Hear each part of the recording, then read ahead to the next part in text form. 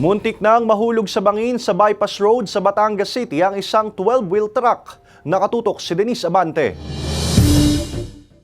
Nakabalagbag sa isang linya ng kalsada sa bypass road sa Batangas City ang 12-wheel truck na ito pasado alas 2 ng hapon kahapon. Ayon sa Transportation Development and Regulatory Office o TDRO Batangas City, umaga pa raw kahapon nang tumirik ang truck dahil hindi nito kinaya ang pag-ahon sa kalsada. Dahil dito, nagkaroon ng pagbagal sa daloy ng trapiko sa lugar. Mechanical failure ang tinitingnang sanhi. Allegedly ay naputol ang propeller ng nasabing trailer truck kaya hindi ito makaahon at nag-alangan at nabahura sa bahaging iyon ng Tingga Bypass Road. Allegedly yung truck ay nanggaling sa bahagi ng Taysan at patungo sana ng Quezon upang mag-deliver ng semento. Pasado alas 5 ng hapon din kahapon nang may alis ang truck. Sa tala ng TDRO, 7 insidente na ng overloading at mechanical failure ang naitatala sa bahaging ito ng bypass road na sakop ng Barangay Tingga, Itaas. Ikalawang insidente ng mechanical failure ang nangyari kahapon at posibleng overloading ang 5 pa. Ang mga truck na ito na mula pa raw sa Laguna at Rizal na abutan ng news team na nakatigil sa gilid ng kalsada. Ayon sa namamanihala ng mga truck,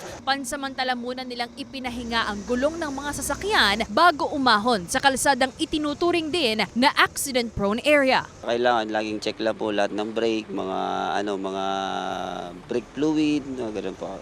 Tapos ipapahinga din po dapat yung mga truck para yung mga gulong safety din po.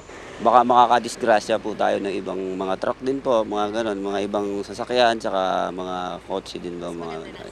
Mas maganda yung safe na wala kang naabala ding iba. Dahil dito, mas pinaiting ng mga traffic enforcers ang pagbabantay sa bypass road. May mga traffic signages din na nagpapaalala ng mga dapat tandaan sa kalsada. Pinaaalalahanan din ng ilang mga driver at pahinante ng truck na nakapark sa no parking zone sa lugar upang maiwasan ang aksidente. Mahigpit natin pinagbabawal ang pag-overtake sa lugar. Isa yun sa mga nagiging problema at nakikita natin yung dahilan din ng aksidente. Mahigpit din yung ating enforcement na pinapatupad doon. Nang sa ganun, masigurado natin na maiiwasan yung aksidente, lalo na doon sa mga tapat ng mga palusong at doon sa mga malapit sa tulay. Paalala pa rin natin sa ating mga truck drivers, siguraduhin natin na nasa maayos na kondisyon ang sasakyan. Bago po natin gamitin. Pangalawa, sumunod tayo sa batas trapiko, iwasan po ang pagiging kaskasero. Kasama si J.R. Manjares, Denise Abante, Balitang Southern Tagalog.